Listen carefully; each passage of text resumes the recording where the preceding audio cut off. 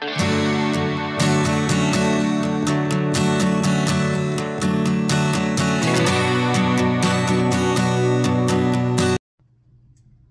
good morning guys. For today's video, magluluto tayo ng tonkatsu. Homemade. Ayan, prepare na natin. Maghiwa na ako ng pork chop. Inano ko na. Tenderize. Pork. Meron tayong itlog. Meron tayong mantika. Meron tayong all-purpose flour. Pinagsama ko 2 kutsarang all-purpose at 2 kutsarang cornstarch. Tapos wala akong breadcrumbs, gumawa ako. Meron akong ano dito, ayan o, biscuit. Yan, ginawa ko. So pinainit ko na tong ano natin, kawali. Tapos ano natin to, bread, yung ang tawag doon. Yan, i-coat natin sa all-purpose flour, okay? Anuin muna natin tong egg. Batiin muna natin yan. Scramble natin. Kasi lalagay natin dyan napcar dito. Dyan natin ilalagay. Tapos breadcrumbs. So, isasalin natin yung breadcrumbs dito. Ayan. Ayan. Kalat natin, kalat. Yan. Tapos pagsamahin natin sila dito natin. So ayan guys, una ilagay muna natin, malinis na yung kamay ko mga brother, dito. Ayan. Ayan. Tapos pagpag natin yan. Tapos lagay natin sa egg. Yan. Wow, sarap. Kita nyo? Ayan. Ayan guys.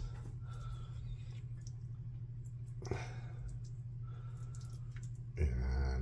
Hindi na tayo kailangan bibili pa sa mamahaling restaurant. Dito lang ano na tayo gawa. See? Yan. Ganda. Bugas muna tayo.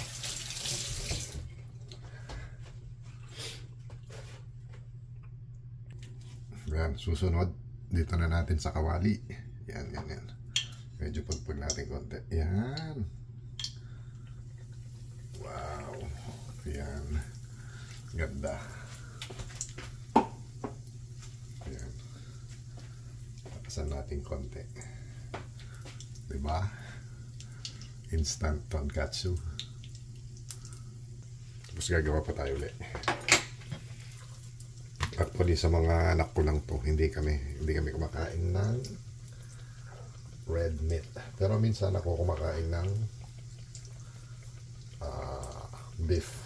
Pero pork hindi na. 5 years ago. 6 years na. Tapos dito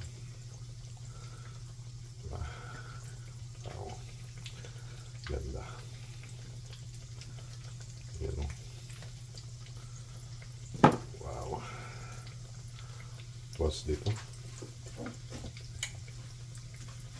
Wow. Yan.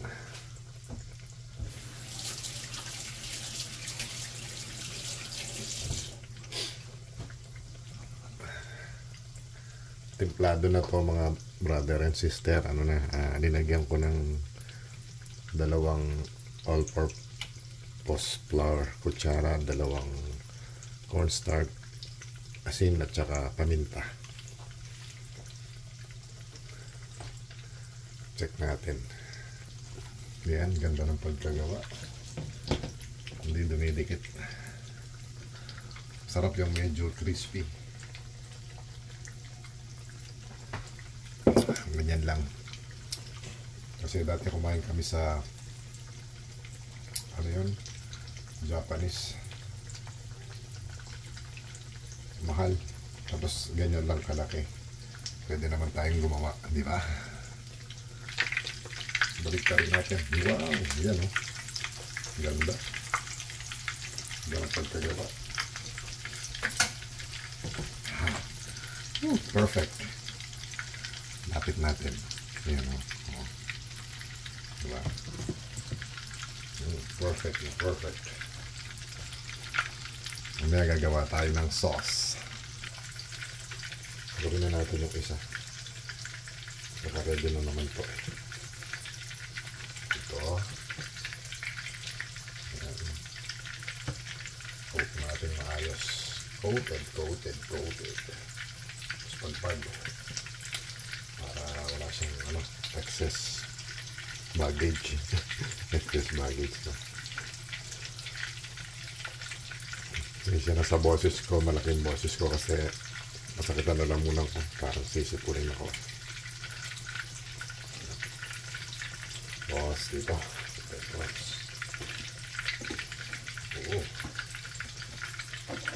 Perfect. Sakto lang yung ginawa kong bread toast.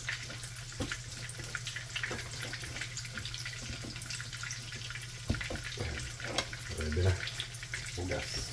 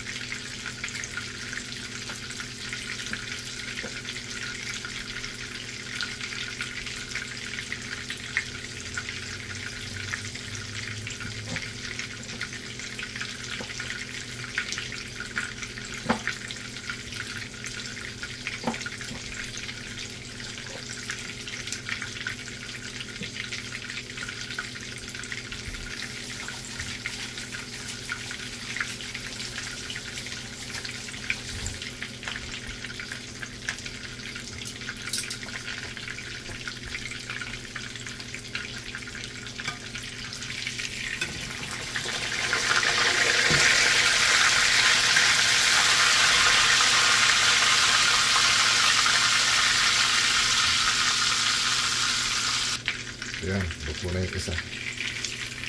Sana tayo ulit.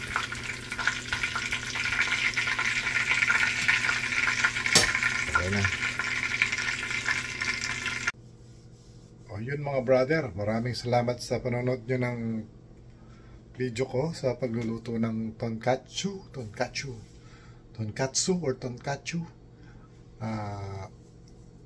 Comment down below lang kayo kung or message lang kayo kung anong gusto nyong paluto na request para lutuin natin kung kaya natin. So maraming salamat po sa panonood nyo at sa mga nag-subscribe sa YouTube ko, sa channel ko. Don't forget to like and share, subscribe. At maraming salamat po sa inyo lahat. God bless you po. Thank you.